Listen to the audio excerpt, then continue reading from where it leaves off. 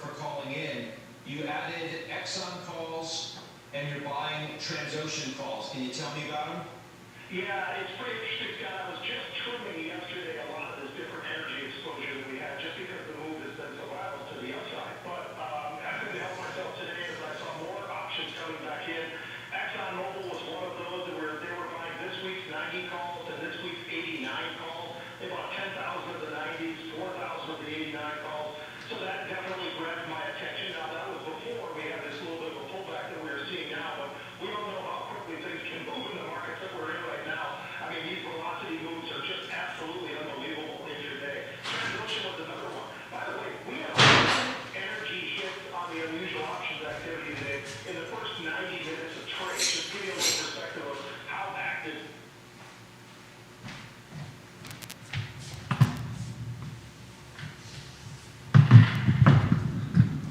All right, guys, we're going to get rocking and rolling here shortly. Give that show a like and a share anywhere you are watching. Hit that like button, share the show, like the show, spread the gospel of the I Love Seville show. Give it a like, give it a share, and spread the gospel of the I Love Seville show, guys. We work hard for you. That's the only thing we ask in return. A lot we're going to cover on today's program. Today's program, the rundown, which is the topics you see on screen right now. Normally, we have 9 topics that we cover. Today's show is so jam-packed, we have 18 items in the rundown. Judah, our director, is going to flip that rundown about halfway through the program to highlight some other topics that aren't even on screen. So giddy up and get ready to rock and roll. We just watched President Joe Biden on national television. And Joe Biden, essentially in a nutshell, told the world that he was going to ban Russian oil imports in response to Putin's invasion of Russia. Putin's invasion of the Ukraine, excuse me. As you can imagine, market volatility is an understatement, and that market volatility is undoubtedly impacting us domestically.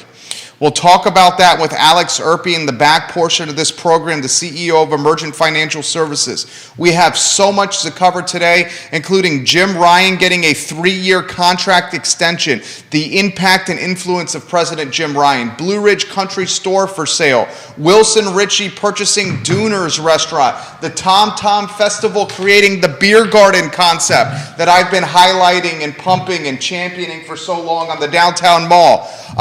Stoli Vodka rebranding, a teenager from Crozet going to Hollywood via American Idol, the all ACC basketball teams announced. Good Lord, we are locked and loaded and ready to go. Hit that like button, share the show, spread the gospel, guys. Live in Charlottesville, Richmond, welcome to the program. Short Pump, hello and welcome to the program. Our friends outside Nashville, hello and welcome to the program. Live on every social media platform possible. Judah Wickhauer, let's rock and roll.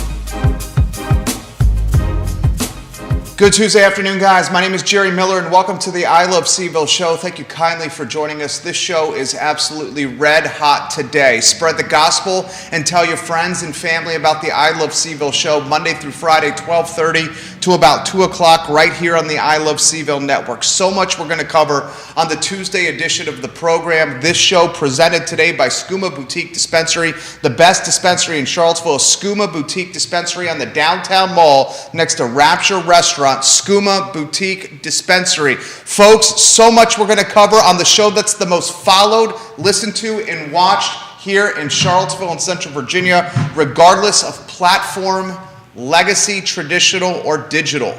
Today's show, topics we will discuss: Jim Ryan, President UVA, getting a 3-year contract extension.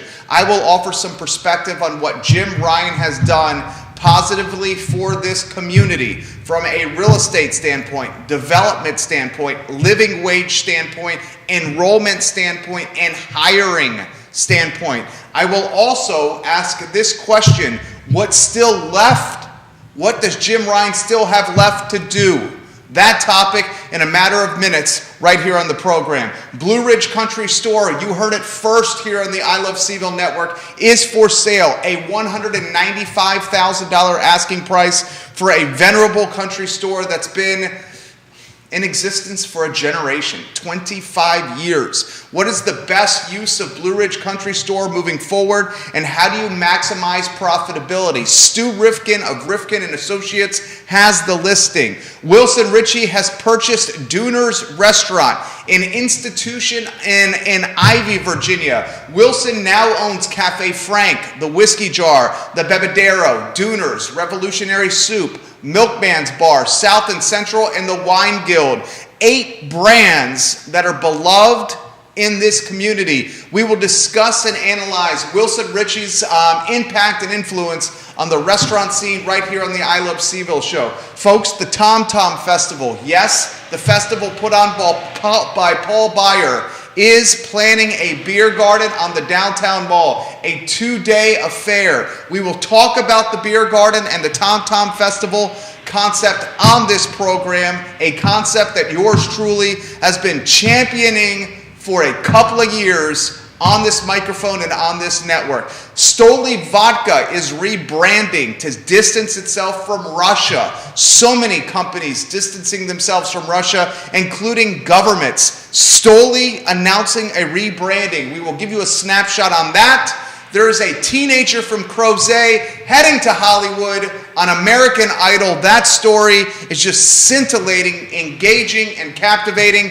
The all ACC basketball teams have been announced. We will highlight UVA's inclusions and what could have gone better on the all ACC hoops teams. And Alex Erpy, guys, in about 20 minutes on this show to talk market volatility, the cost of oil and gas rising quickly.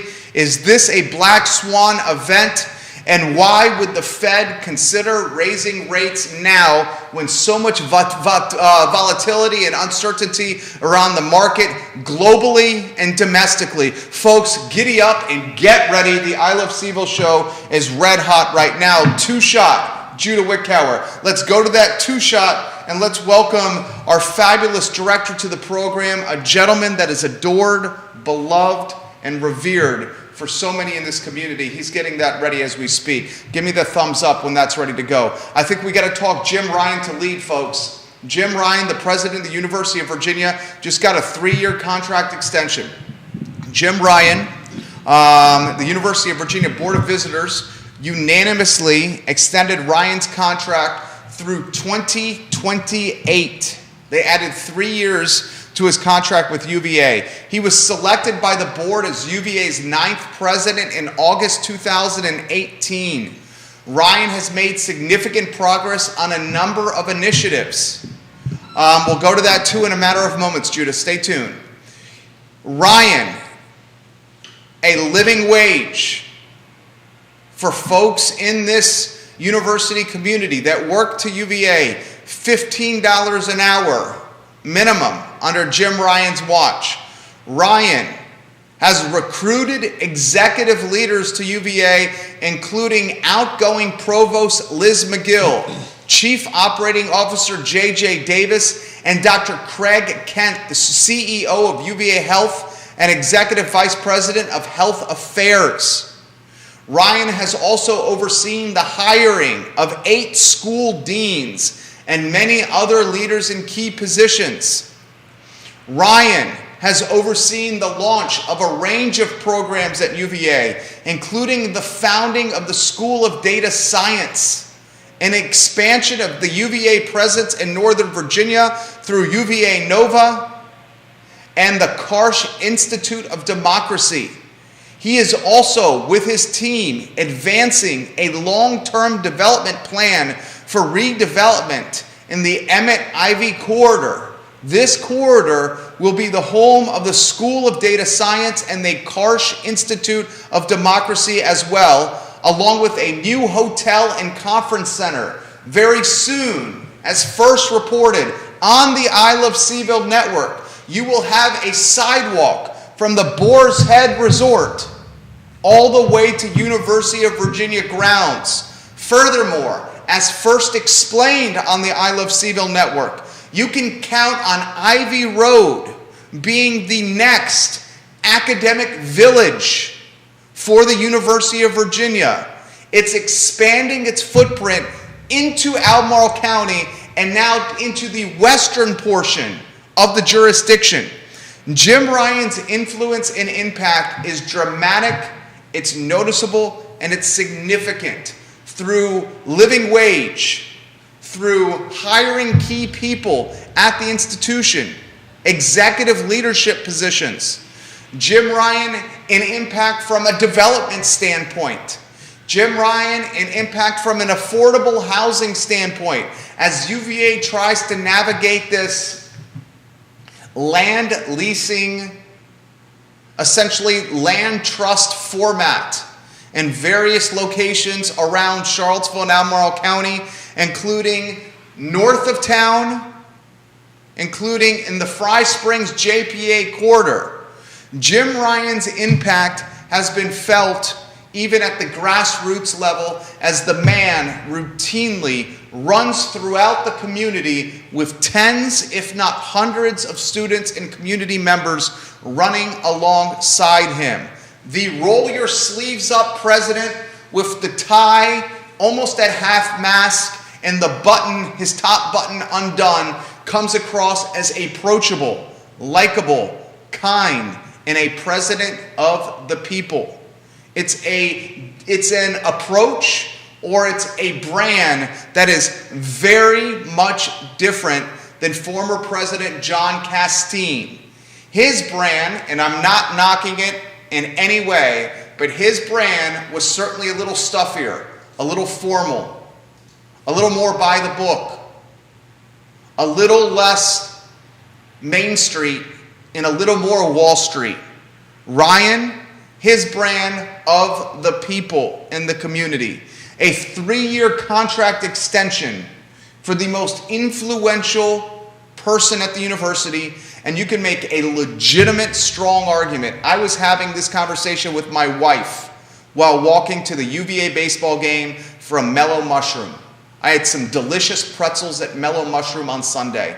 My wife, my son, and I walked down the UVA corner to Davenport Field to watch Virginia bamboozle, lambast, and bombard Penn State in the crescendo of a 3-game series. I had the conversation with my beautiful better half, who is the most influential and powerful person in the Charlottesville and Central Virginia community. Here are the names that come to mind, in no particular order. Jim Ryan, Corin Capshaw, Hunter Craig, Joffrey Woodruff. Those were the 4 that I rattled off while walking to Davenport from Mellow for a Virginia baseball game with our 3-year-old and my better half. Jim Ryan may not have the deep economic resources or bags of cash of the other 3, but what he does have is the UVA brand and the firepower that comes with it at his fingertips. And speaking of bags of cash, does anyone in the community have more than the University of Virginia Foundation, an endowment that's flirting with $20 billion?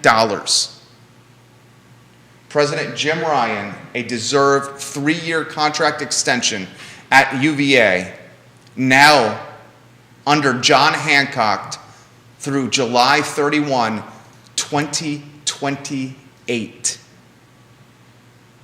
Next topic on the I Love Seville show. And hammer that like button. Give the show a like and a share if you love this content. We work hard for you, and the only thing we ask in return is a like and a share on every topic and every show and every platform you're watching this program upon.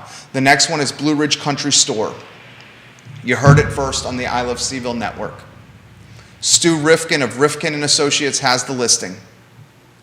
Blue Ridge Country Store a business that has been in operation for 25 plus years, has hit the for sale market. The asking price is $195,000. The owners, a likable husband and wife tandem, are retiring. The current business is not open at night or over the weekends. More on that in a matter of moments. You have to sign a non-disclosure agreement with Stu Rifkin if you'd like financials and KPIs for Blue Ridge Country Store. Stu often gets a lot of the business listings. So does Quentin Beckham. Those two guys, friends of this network and friends of mine. Now I want to talk about the business and how you could optimize it to drive revenue. Undoubtedly, you can drive revenue at Blue Ridge Country Store should you keep the brand in play and the business alive in its current format by opening at night and or over the weekend. The business Blue Ridge Country Store is Monday through Friday, and it closes before traditional COB hours. It's focused solely on the morning and lunch crowd. It's not open during Fridays after 5. It's not open during peak tourist time, the summer months in the evening hours. It's not open on the weekend to capture the brunch or breakfast or lunch crowd.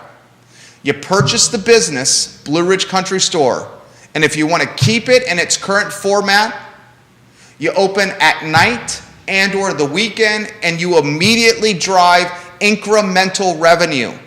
So many people have said to me, Jerry, the asking price is $195,000. You're buying a business tied to food service. It does not include the real estate. Is $195,000 justified? Frankly speaking, I can't answer that question with confidence and conviction without seeing the P&L, the balance sheet, and some other KPIs like the lease. However, I have a lot of market knowledge, especially downtown, probably more so than anyone in this community when it comes to these 8 blocks. And I can tell you the community and the fan base and the customer base of Blue Ridge Country Store is significant, it's loyal, it's active, and it's repetitive. I can also tell you that there are few breakfast and lunch options on the downtown mall that are $12, $10 and below, and Blue Ridge Country Store is one of them. I can tell you that the landlord is approachable, likable, and reasonable. I can tell you the opportunity is present for nighttime hours and weekend hours that will drive incremental revenue to help with debt service payments. This business has potential and promise. And some may say maybe the best use of that space is not a country store in its current format. Perhaps it's something very different. And you know what? That very well could be the case. You know what I think will crush it downtown? A tasting room or micro tap room from a brewery standpoint. Rockfish Brewery.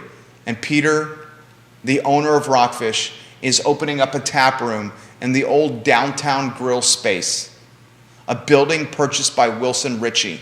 Wilson's going to take a portion of it for the Bebedero, one of his brands, one of the restaurants in his portfolio.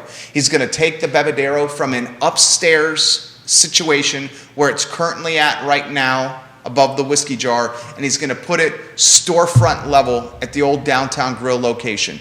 But he's smart. He's hedging his risk by taking half of the space he purchased for Rockfish as a tenant and the other half for the Bebedero as a tenant. That's smart business. I'm going to get to Wilson in a matter of moments here.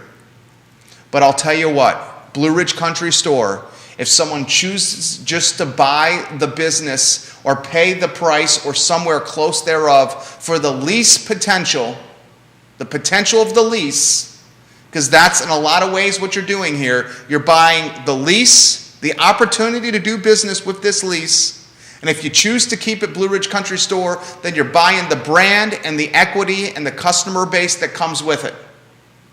But if you want to buy the space strictly for the lease and the opportunity that comes with it and put a new concept in there, I think a concept that would undoubtedly crush it is a tap room, a point of sale for a brewery in Nelson County or out of market that wants to go after the rabid craft beer population in this community. Pro Renata comes to mind.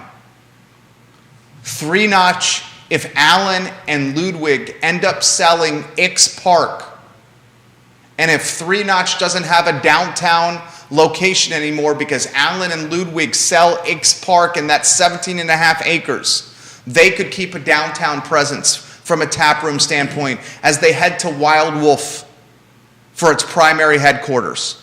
First to tell you, Three Notch, the owners of Wild Wolf Brewing Company on 150 Fun. A tap room on the mall would crush it. Now let's get to Wilson Ritchie. Wilson Ritchie has purchased Dooner's Restaurant, an institution on Ivy Road. Wilson Ritchie now owns Cafe Frank, the Whiskey Jar, the Bebedero, Dooner's, Revolutionary Soup, Milkman's Bar, South and Central, and the Wine Guild. That's 8 brands beloved by this community. Wilson Ritchie is the most prolific restaurateur in Charlottesville, Albemarle County, and in Central Virginia. The most prolific one. And the man is smart. Not only does he launch brands that we love, Cafe Frank, Revolutionary Soup, Whiskey Jar, Milkman's Bar, South and Central, the Wine Guild, Dooner's, and the Bebedero, he is now purchasing the real estate associated with some of these brands. Cafe Frank, the dude owns the building. Where the Bebedero is going, the dude owns the building. I will ask Wilson Ritchie, friend of this program, if he has an opportunity to purchase the location that Dooner's is in. My instinct says no, but I don't have that answer with confidence and conviction, so I'm going to ask him directly. You have a restaurateur that is evolving into a real estate magnate. I cannot think of many restaurant owners in this community that also own the real estate their restaurant is housed in. Peter Castiglione and Christian Kelly at Maya Restaurant own the building Maya Restaurant and the apartment that coincides with the restaurant above it. Maybe it's behind it. The Finazzos. Sal's Cafe Italia. I love Jen Finazzo. I love her parents, love her sister, love her brother. They own that building, Sal's Cafe Italia, on the downtown mall. Wilson owns Cafe Frank, and he bought the downtown grill building, the green one, where the Bebedero is going. There are not many. Andy McClure owns Citizen Burger Bar Carytown building. Not in Charlottesville, but Carytown Citizen Burger Bar. He owns that building. There's not many restaurant owners who have figured it out of how their restaurants, their passion projects, can create the cash positions to buy commercial real estate. And as someone, yours truly, who owns a good chunk of commercial real estate, the barrier of entry is significant. You're not putting down 5, 10%, 20% to buy commercial real estate. When you're doing these deals, you're putting down 30% or more, sometimes all cash. It ain't easy. Wilson Ritchie creating jobs and building brands in this community through his parent company, 10-course hospitality. The next topic on the show is one that I'm very excited about. The Tom Tom Festival is planning a beer garden. You heard me correctly. I've been championing the beer garden for 2 years on this very network. I do not understand why the beer garden concept does not exist on the downtown mall, why City Council doesn't utilize the beer garden concept to drive incremental revenue for passion projects, capital improvement projects like school reconfiguration, instead of utilizing regressive tax tactics like taxes on rooftops and real estate. Council and local government should create new incremental forms of taxes, the most obvious thing in the world to me. And one of them undoubtedly is revenue associated with the 8 blocks we call the downtown mall, and an open air container concept that can go from the pavilion to the code building, Joffrey's new Center of Developing Entrepreneurs. That would drive millions of new revenue every year. Millions of dollars of new revenue. Regardless, I'm going to get to the point. A downtown mall block party, Tom Tom Festival, April 22nd. It's a 2-day block party, 2 days and nights. They bill it as a New Orleans-style festival. I've been saying that for 2 years. A New Orleans-style festival for 2 days and 2 nights. Grab a drink from your favorite local bar and take it out with you onto the bricks of the downtown mall. Judah, 2-shot. What does that sound like to you? Sounds like a beer garden.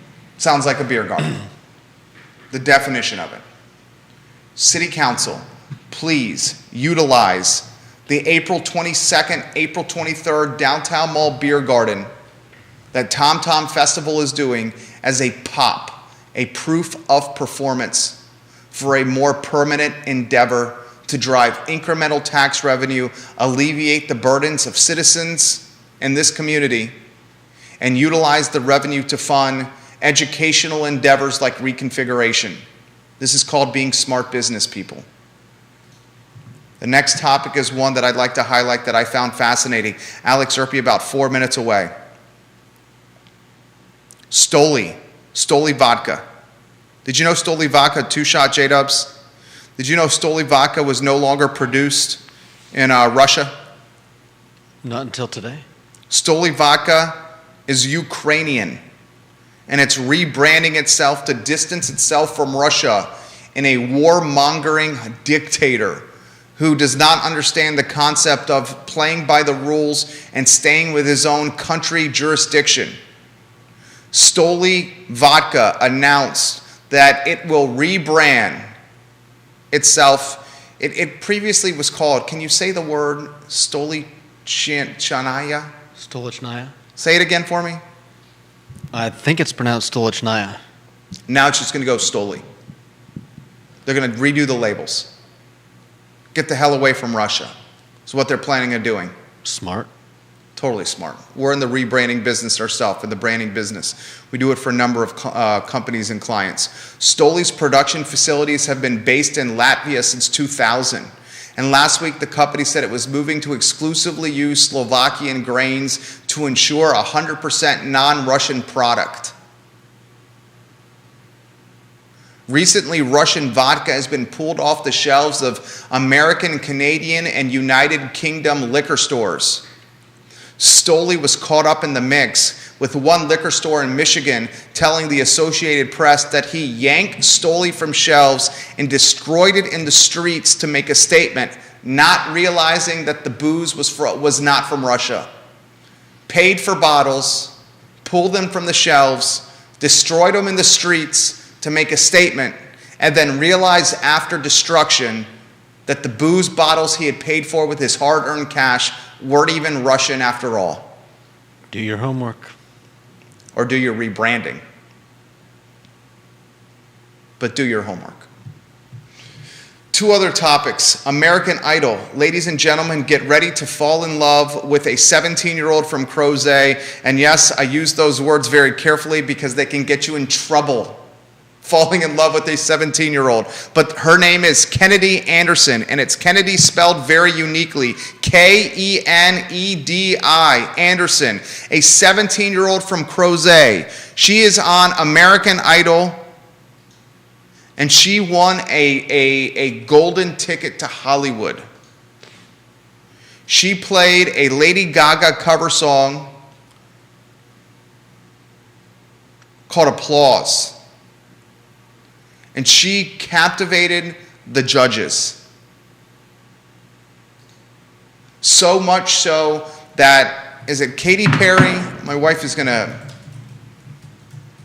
be ashamed. It is Katy Perry, right? It's Katy Perry. She's the judge, right? Katy Perry, Lionel Richie. Who's the other judge? She's really going to be angry with me. I don't watch much American Idol, but she's a huge fan. I'm doing a quick Google search, sweetheart, so you don't yell at me. Katy Perry, Lionel Richie, and Luke Bryan fell in love with this 17-year-old to the point Katy Perry was asking to be her manager, her producer, and her agent. She's 17 and she's from Crozet, and she is one of the most talented artists that I have seen perform American Idol, and I have never seen a response from judges like they did when this 17-year-old played the piano and sang a Lady Gaga cover song. She is beautiful, she is talented, she has the voice of a songbird, she is humble, she's from a small town. She has all the goods of superstardom, and currently Crozet, Virginia is her home. Vanessa Parkhill, the Queen of Earlysville, says Kennedy's audition was amazing. It was absolutely amazing, Vanessa Parkhill. Thank you, Scott Aaronworth, the Esquire in Virginia Beach, for saying Luke Bryan. Thank you, Lauren, for saying Luke Bryan. Scott says, please give Siren a shout out. They are opening the Veranda this weekend, and they are having live music. Laura Fonner owns Siren, the old restaurant that was formerly the Shebeen. They are opening the outside veranda and having live music. Interestingly, Laura Fonner was formerly the executive chef at Dooner's restaurant. She was first in line to purchase Dooner's restaurant. Because of the pandemic, the previous owner was unable to retire like he saw fit or wanted and kept ownership of Dooner's, and that led Laura to go work for Hunter Smith at his hospitality group. Now she is the owner of Siren Restaurant, partnered with Hunter Smith. Destiny and fate work in mysterious ways. Last topic before Alex Erpy. And Alex, I want to talk Ukraine, Russia, the cost of oil and gas rising quickly, Russia's threat to cut a European gas pipeline. Literally yesterday, Russia and its deputy prime minister, Alexander Novak, told the world, get ready for $300 per barrel gas if you keep sanctioning us. So now this war is as much about tanks and missiles and guns and street fighting as it is about global economic sanctions. And unfortunately, the collateral damage of these global economic sanctions are market volatility on Wall Street and Main Street having less money than ever before potentially. The last topic is the All-ACC basketball teams that were released. While I am not surprised, I still am disappointed that Reese Beekman was not named the ACC Men's Defensive Player of the Year. Beekman, a lockdown perimeter defender that has fantastic hands, loves to pickpocket opponents, loves to hit the boards, loves to block shots. Just a great on-ball perimeter defender. Unfortunately, Williams, the big man from Duke, was named the All-ACC Defensive Player of the Year.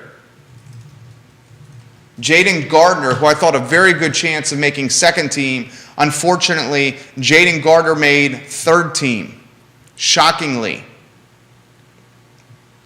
The third team also The honorable mention team also included Acc Clark and Reese Beekman. So Virginia basketball may be a byproduct of an overall record and an ACC record that was not reflective of where the program normally stands. They have Jaden Gardner on the third team, and on the honorable mention team, Acc Clark and Reese Beekman, with Beekman finishing in second for Defensive Player of the Year. One other note that I want to highlight is the most improved player, Caden Shedrick, earned some recognition over there. All right, let's get CEO of Emergent Financial Services from the green room over here to the set of the I Love Seville show. We are on fire right now, and we have questions already in here for Alex Erpy. Janice Boyce Trevelyan, you're exactly right. She was awarded a platinum ticket. It allows her to skip parts of Hollywood and other trials and tribulations she may face on American Idol. One platinum ticket was given. I believe it was a byproduct of 20 years of American Idol. Kennedy got that platinum ticket. Anderson, the 17-year-old from Crozet, look her up on YouTube or watch American Idol, and you will see an artist with supermodel looks, the voice of a songbird, and the humility of someone that doesn't normally have that kind of talent. Certainly not someone that's a teen.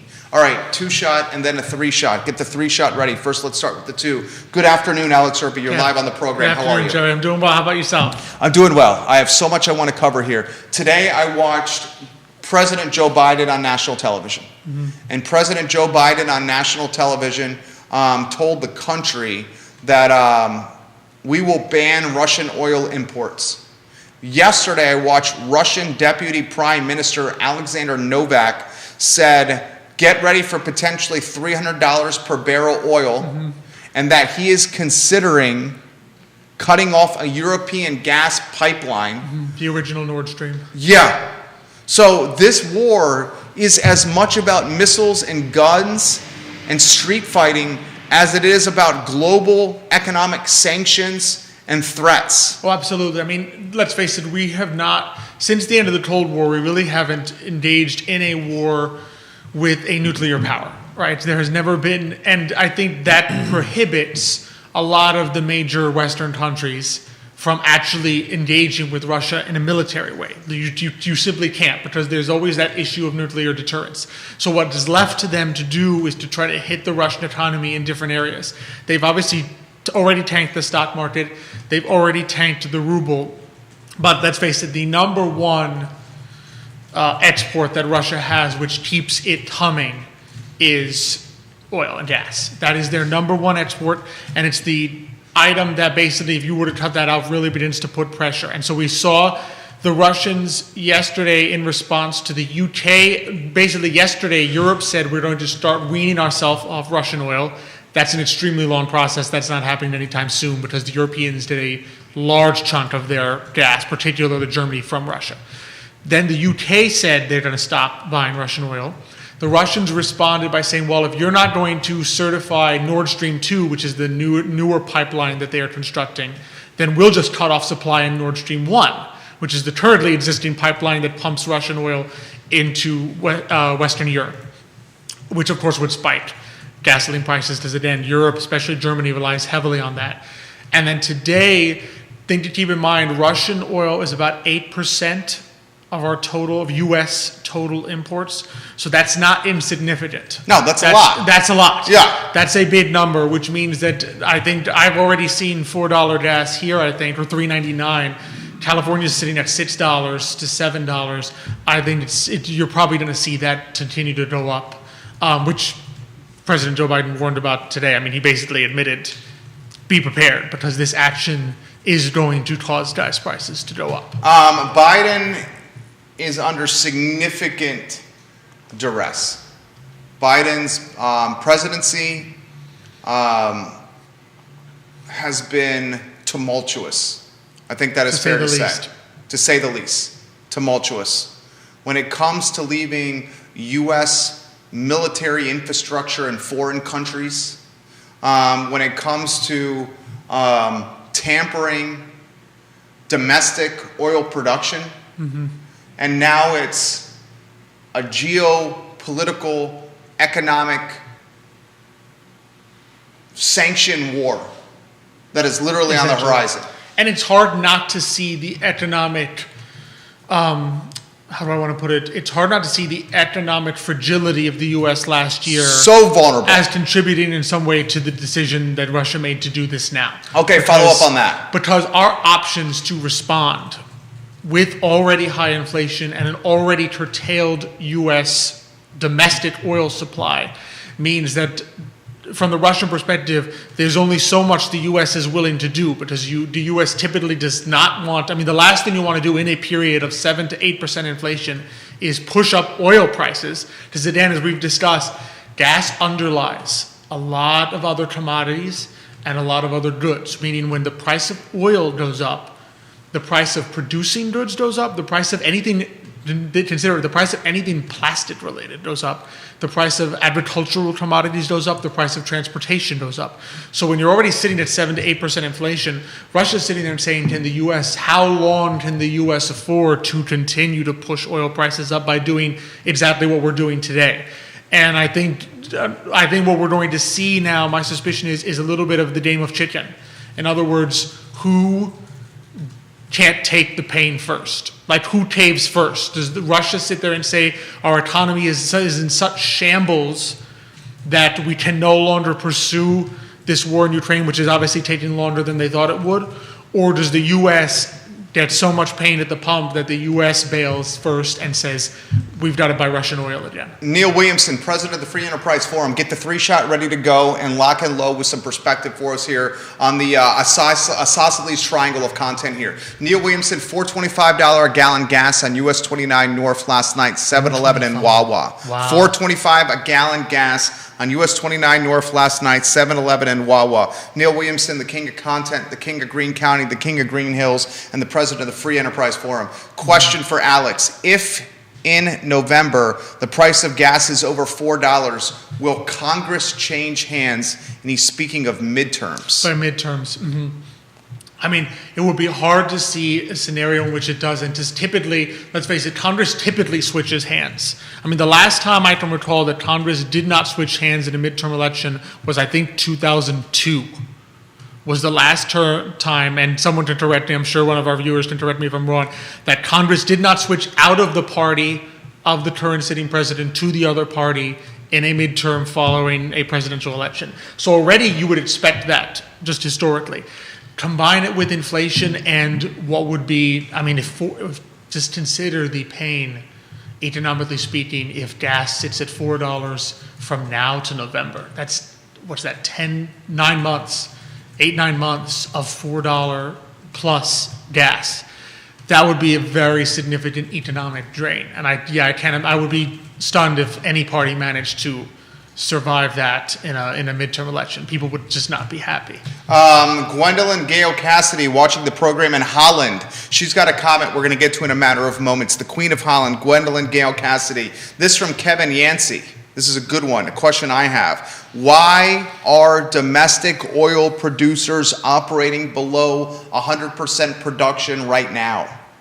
Right now, so I think that's a good question. It's difficult. It's always challenging with domestic oil producers to figure out what exactly they are looking at. In this case, obviously certain pressures were put to make it more difficult to expand and produce more. We're talking Biden. We're talking, yeah, exactly. We're talking Biden. Exactly. I mean, Yeah. we did pursue, for whatever reason, I mean, and people can debate whether green energy is the way to go. I'm not necessarily opposed to it myself, but when you put pressure that you don't want to be U.S. fossil fuel producing, you cannot be surprised when U.S. fossil fuels then produce less. It's a basic fact of life that you're going to see there. And the other thing is, obviously, we did cut down, I know, on some fracking, which tends to be the cheaper way to get oil in certain areas. That's going to be a significant hit. And so you're seeing a lot of things that go into play here.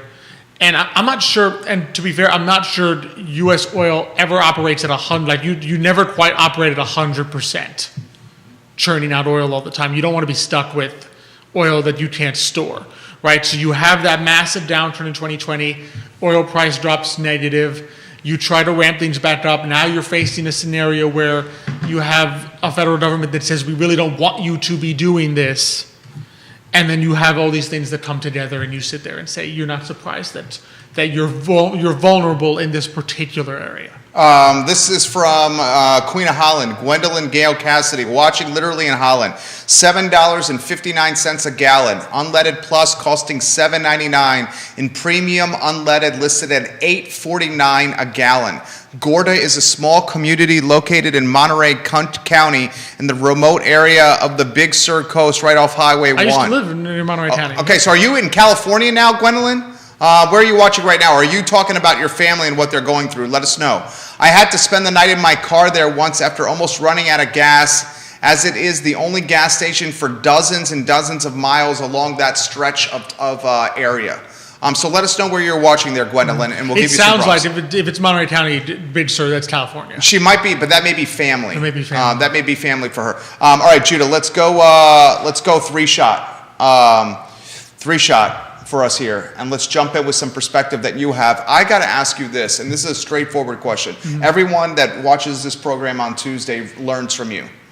Is this, and you often reference a black swan event. Mm-hmm. Are we fearful that this may be a black swan event? Hold that thought. Judah Whitcarer's got something for you. Three-shot, J-Dubs, jump in. What do you got? So there's actually more than just everybody talks about black swan events, but really it's not.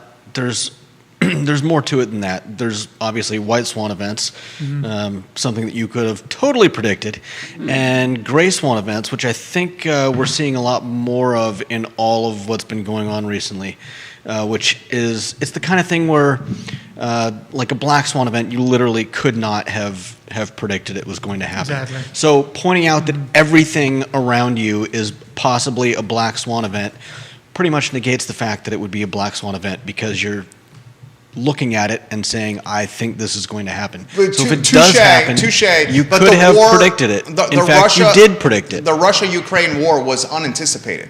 No one saw this coming.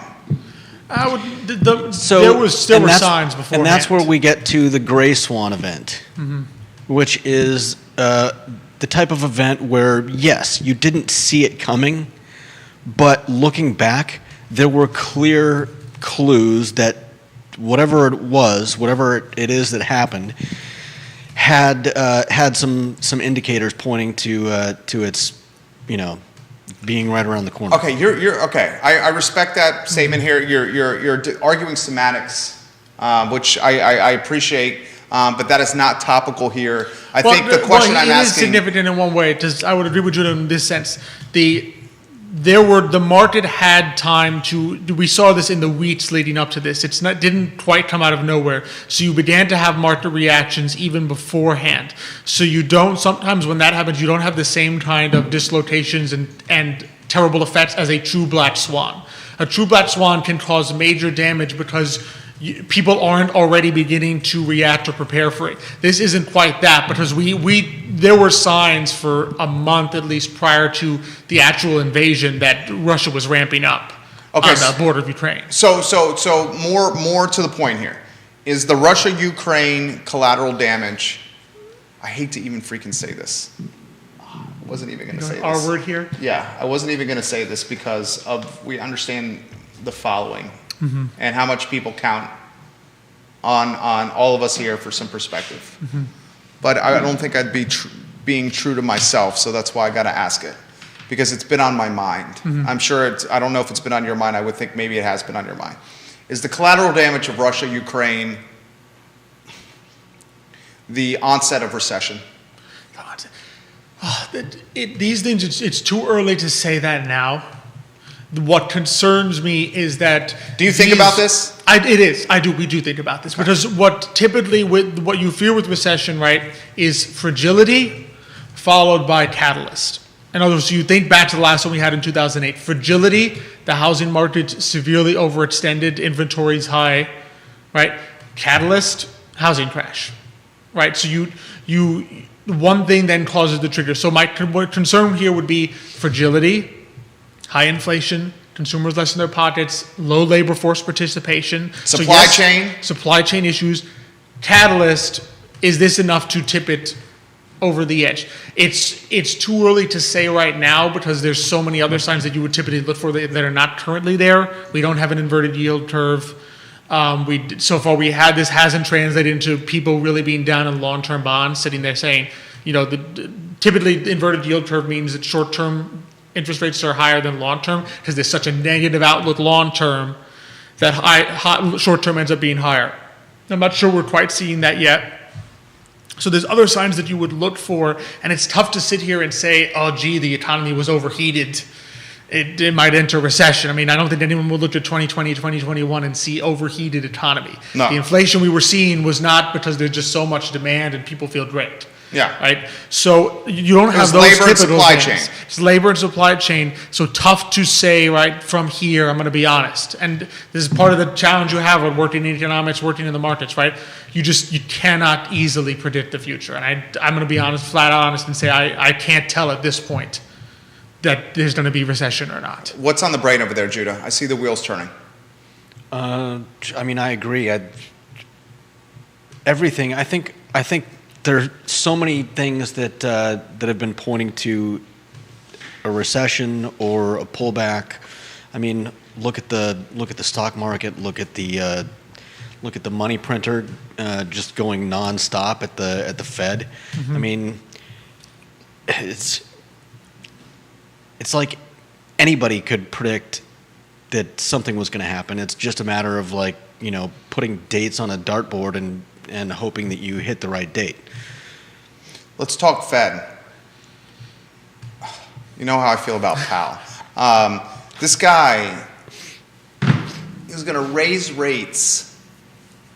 What was he talking about? 25 points? 25 basis points. Yeah, 25 bips at a time that a global economic sanctionary war is happening. He's stuck, though. What can he do? Mm-hmm. Well, I understand that he's stuck, but every time this guy gets on freaking CNBC and opens his mouth in any way, the market is freaking volatile as like the Dragon Fire at Busch Gardens, the roller coaster. Yep. I feel like I'm riding the roller coaster when this guy's on screen. It does feel like the roller coaster. I mean, does this dude do this now? Does he? I'm beginning to doubt, personally, and maybe Xavier, if he was watching, would I know he may be traveling at this moment, but if he was watching, he may disagree with me. I'm beginning to suspect that it may happen, the rate hikes, but I would not stun me at all. I'll put it this way: it would not shock me at all if March comes and goes and they don't end up actually doing it.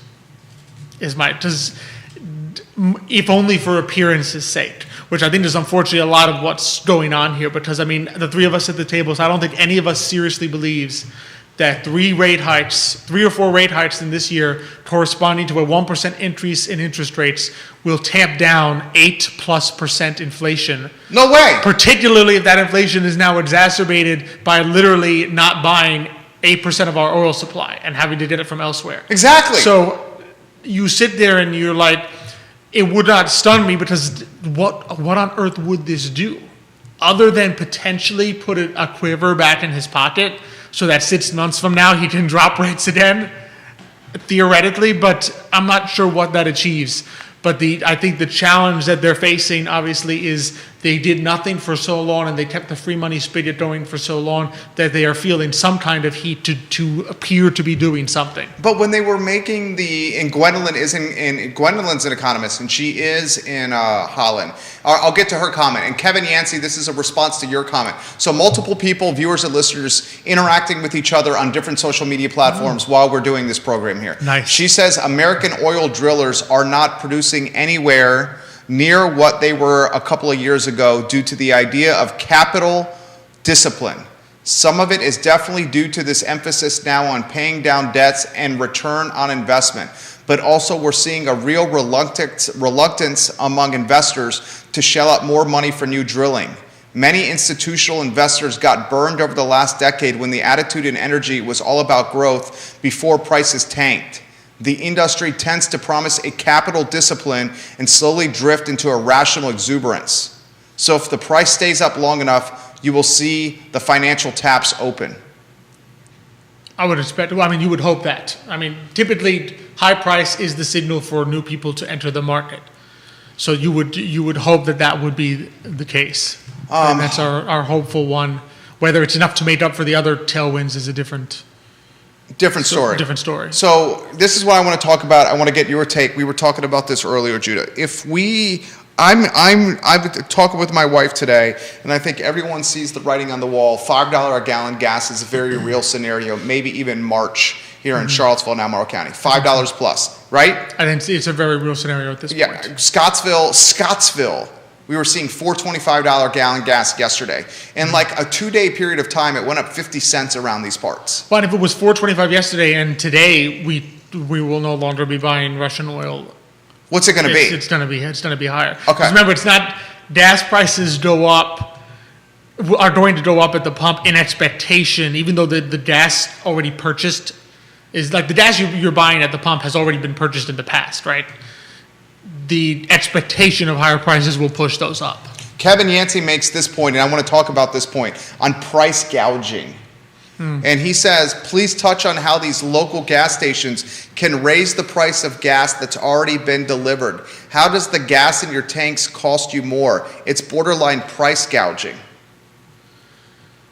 But Kevin, I'm empathetic to that because we're all feeling that pinch. But also I'm trying to see the other side for talk show purposes and also from a business standpoint. And also because I know the other side is locally owned businesses in this community as well. Locally owned. So their pricing is associated with supply and demand. Exactly. And it's associated with how quickly the gas they have in their position is running out in their possession.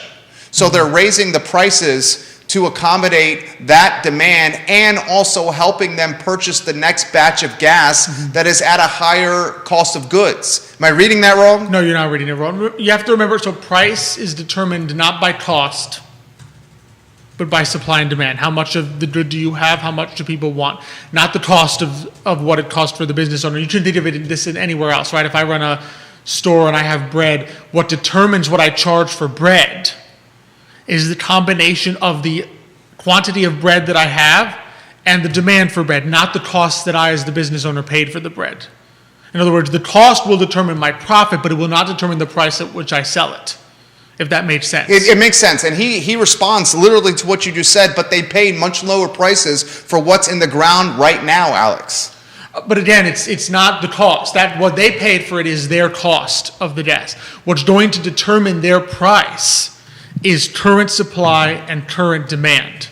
That's what's going to determine the price that is set for the gas at the pump today, not what the person who runs the gas station paid for the gas. The cost doesn't determine the price here. Judah Wickower, jump in here. Anywhere you want to go. Yeah, I'm seeing the effect in my gas tank. Used to be I could put my $10 in and it would get me from, like my car is telling me I've got 25 miles left and now I've got 140 to go. $10 now, it's not even getting me past like 93, 95, it's... Yeah. Alex Erpy, Neil Williamson. As usual, Alex is on the money. There's a cost to replace the product they are delivering, the fuel to you. This is something I want to cover. Janice asked on one of the 15 Facebook pages this show is airing, does Yunkin offer a tax deduction or a tax rebate or try to offset the cost of gas with easing on taxes on gasoline in the short period of time? That's something we should talk about. I would not be surprised if Yunkin does that. It's a Republican in the governor's mansion who's already shown he's opposed to taxes. And a microcosm of that is the sales tax that was shot down by the General Assembly, a sales tax that could have had to the Charlottesville jurisdiction as a referendum to fund school reconfiguration, and it did not even get out of the General Assembly. And he ran on even getting rid of the grocery tax. He did. Which technically got rid of Northam at the end of the previous administration, gutted it, but that was kind of in response to the fact that it was going to be gutted in January anyway. But Yunkin ran on getting rid of that. So if you're willing to get rid of the grocery tax, it wouldn't shock me if your next step is how do I ease the increasing price with lowering taxes somewhere else. That would be a move in line with what we've seen this administration's priorities be. Yeah, I agree. This from Kevin. Gas isn't a moneymaker for any gas station. I've dealt with numerous mom and pops and multi-station operations. They profit pennies on the gallon. There's some truth to that. There's undoubtedly truth to that. Neil Williamson in the comment section of my Facebook page shares an article from USA Today on why gas prices are rising. Dude, the feed is absolutely in fuego right now. So let's talk about this. Gas prices are undoubtedly going to get out of control. I was having this conversation with an upper level executive in a brewery, and I'm not going to say which one. Okay, but an established name recognition brewery, upper level executive. He said not only is the gas going to be an impactor of this in this community, but he said Russia and Ukraine, wheat, one of the biggest wheat producers in the whole freaking world, Russia and Ukraine. And he says that he was already told by their food providers that you can expect food costs to jump at least 30% in the very near future. So a sandwich that is $15, get ready for it to cost 20. And speaking of beer, you utilize wheat for beer. And if the cost of goods for wheat associated with the Ukrainian and Russian supply chain is impacted, he says get ready to seeing beer go to levels we've never seen before. Anywhere you want to go on these topics. Wheat, and keep in mind, fertilizer. Even though the United States is the third largest producer, I think worldwide, of fertilizer, I believe the Russians are number one in terms of a nitrogen-based fertilizer, which is used around the world to grow. He is exactly right, and that's one of the reasons why Venezuela would not distance itself from Russia and impose economic sanctions, because it needs the fertilizer. No, some places simply can't afford. Like, as an example, Nigeria in Africa, the African nations will literally starve if they cannot get access to the fertilizer that they need. So there are some nations that simply cannot respond, right? And that's not shocking. And then, of course, there are ones like the U.S. that, even though we can respond, the price to us to do so is going to be massive. I mean, plus don't forget, you have a triple anomaly there, but a triple headwind there, because you're going to have wheat prices by themselves go up because you have two wheat producers at war. You're going to have the cost of agricultural goods that rely on fertilizer going up because you just took the number one country doing it and you're presumably not buying from them. And most commodities historically are correlated with the price of oil. E.g., when oil goes up, other commodities, regardless of the fact that you don't need oil to produce wheat, but when oil goes up, wheat goes up. It's just one of the movements of commodities.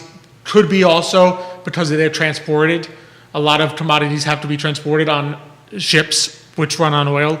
So there's also that kind of correlation there. So it's a trifecta, we might call it, that would push up agricultural and other commodity prices as well. So I'll give you this statistic here. Alex Erpy's dropping knowledge right here, guys. Colombia, Chile, or excuse me.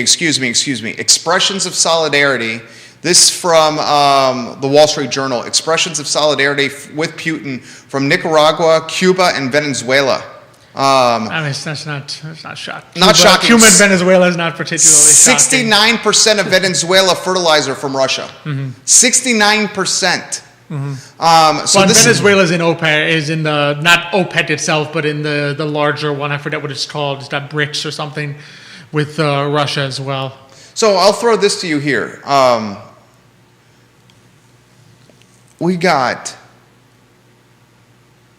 We literally got a guy that does the menu pricing from a brewery that's established, saying get ready for the menu prices to go up 30%.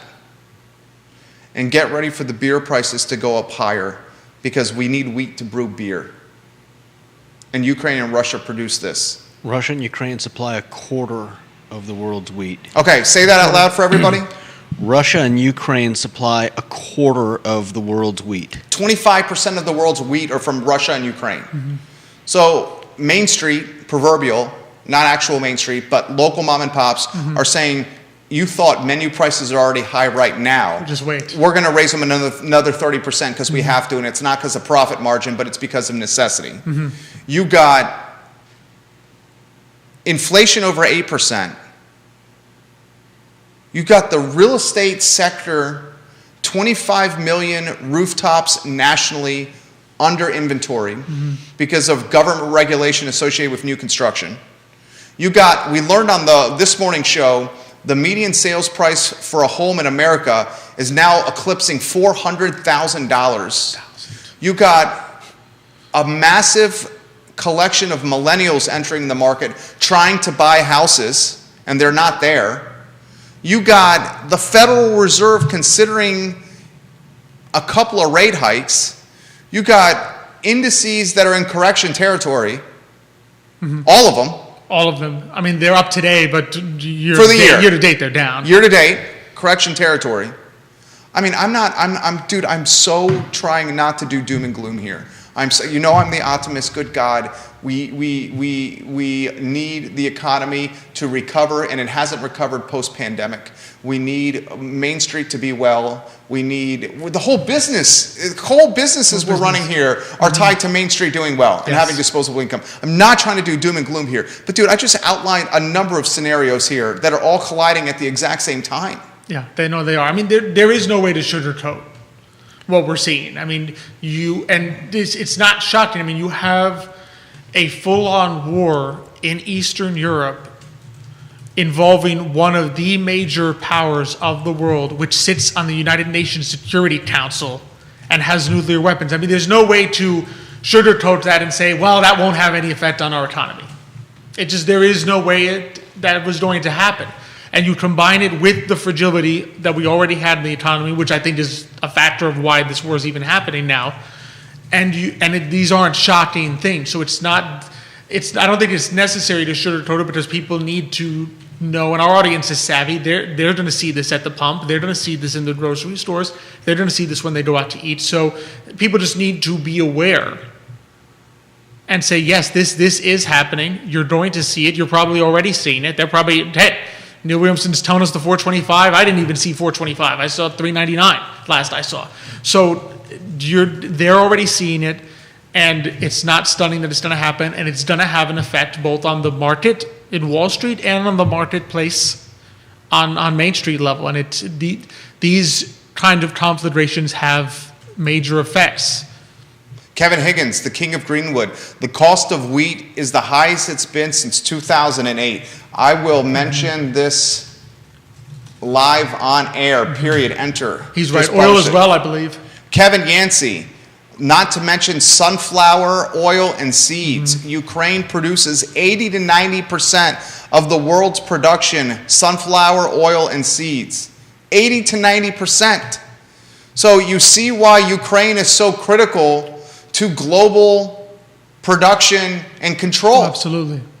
I mean, you see it. Your brother, Nicholas Erpe, businesses will also have to buy gas at a higher clip, and selling it for more allows them to buy more. Neil covered my comment. Love Neil Williamson. He said it much better than I could. Janice says, Boyce Trevelyan, that's why these gas stations sell food and drinks. That's where they make their money, not on the gas. She adds, there's a mill in Rosedale that Bell in Belmont has referenced that is milling from Virginia and North Carolina.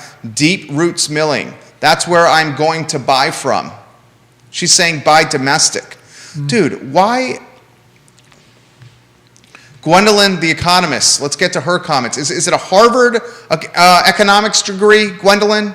I think it's Harvard for her. What about airlines who purchase their fuel in futures? It will be interesting to see when the oil embargo severely impacts our deflated airline industry. Oh, yes. I also think that our reliance on fossil fuels will be displayed in placing a higher demand on renewables. The global production of nitrogen fertilizer amounted to some 117 million metric tons in 2018. China was by far the country with the largest production, with an output of nearly 30 million metric tons. China's number one. Okay. It was followed by the United States and India with 13.6 and 13.3 metric tons. She says UVA economics degree, Harvard master's GDP right now. And she said, also while working for the royal family of Saudi, I quickly learned how their council of elders, for lack of better term, is most concerned about how the royal family is out of oil reserves and cash in less than 2 generations. They are investing more in solar infrastructure than any sector. Saudi Arabia has one of the highest solar irradiation in the world, estimated at approximately 2,200 thermal kilowatts an hour of solar radiation per square meter. Okay, so she's saying stuff that she's so smart, I have no idea what she's saying right here, okay? Gwendolyn Kale Cassidy, you are so intelligent right here. To translate it, what Please. you're saying is biggest nitrogen fertilizer producers apparently China, U.S., and India, which I thought Russia was in that list somewhere, but it could be a different type of fertilizer. And the second thing is, from what I'm understanding, the point she's making is this may push some people, as the Saudis are already doing it, to begin to think about renewables more seriously, because you have such this, you don't want to be reliant on something that, in the case of Russia, is being provided by someone you don't trust. So is that why we're seeing Tesla and solar stocks up? Oh, probably. I mean, anytime. So renewable stocks tend to go in the inverse of oil. In other words, when oil prices are really high, there's a renewed interest in renewables. When oil prices are really low. She says Russia is 4th, Alex. Russia's 4th. Okay. Yeah. So top 5. She says Harvard isn't completed yet, but it will be a global development practice degree. Okay, Global development practice. UVA economics and then a Harvard global development practice degree. Watching the program in Holland, making the show better. Absolutely, making us smarter. Yeah, Gwendolyn, you're a rock star. We have the 145 in 2 minutes and change with our traditional Tuesday 145. All right, dude, be the voice of reason then. I mean, I am an optimist. I'm an entrepreneur. The voice of reason for everybody that is watching here on macro, micro volatility, and be our North Star, please. 2 things. One, I'd say the price of globalism, right? And we've discussed this before, that because we don't necessarily trust everyone, it's important to have certain things produced in the United States, right? Because we saw this with medical supplies with China in the middle of the pandemic. I think we're seeing it with other areas now, particularly with energy. I think the Germans are probably wishing they didn't close 3 nuclear plants last year, because they're buying even more from Russia than they were beforehand. Second one, on a slightly more optimistic point, right? Obviously, the flip side of this war causing so many problems economically is that you remove the war, some of these headwinds go away. In other words, these aren't headwinds that we can't trace the origin of, and we don't know if they'll go away. So to the extent to which a peaceful resolution can be reached here somehow, right? You could see some of these pressures go away. And I mean, that's the most, I know that's not a super optimistic picture, because we're not even close to seeing a peaceful resolution yet. So the optimist approach is we hope to God psychopathic, warmongering madman finds reasonable thinking. That's the kind of hope. Or that whatever he's after, that's what we're saying, achieves or feels he can't achieve it. Or he feels he can't achieve it, yeah. What is the worst part, and obviously we have perspective here, and I'm saying this with as much empathy as possible, is the worst aspect of this war, it may not even be deaths. And I know that's tough to say, because it's not our country that has its citizens dying, and I'm super empathetic of that. And I can't even imagine, nor can I relate, what Ukraine is going through. But these economic sanctions could have lasting. Well, and they're not 2 different things. I mean, if food prices and these fertilizers and this wheat continues to climb, you could be looking at deaths in places that severely, you could be talking about hunger deaths. In We've had starvation deaths. So yeah, economics isn't like different from life and death. It can be life and death economics. We've had 2 years of pestilence. Now we've got war. Soon could be famine. That's a biblical reference there? 3 of the 4 horsemen Horseman of the apocalypse. Horseman of the apocalypse there. Alex Urpi, CEO of Merchant Financial Services, in about 15 seconds today, mañana, if you could Today, for us. mañana, we'll go back, we'll be enjoying we'll be still celebrating small business and encouraging people to continue to just support your neighbors. That's the most important thing. You got to support your local communities. We're going to have on Nikki from the Milt House Spa at the Inn at Willow Grove, Very nice. as well as Courtney Tatation. She's the executive director of the Albemarle Convention and Visitors Bureau. So a little bit of small business, a little bit of coming, visiting here, and just making sure we support. All we can do is support each other, right? We can't control Putin, we can't control Russia, we can't control so many things in this world are beyond our control, but supporting our local community is within our control. Well said. Bravo, bravo, bravo. Gwendolyn closes with this. Putin can strip people of their lives, but he can't steal their faith. If there's one thing war does is bring people together with their faith, no matter what one's faith is.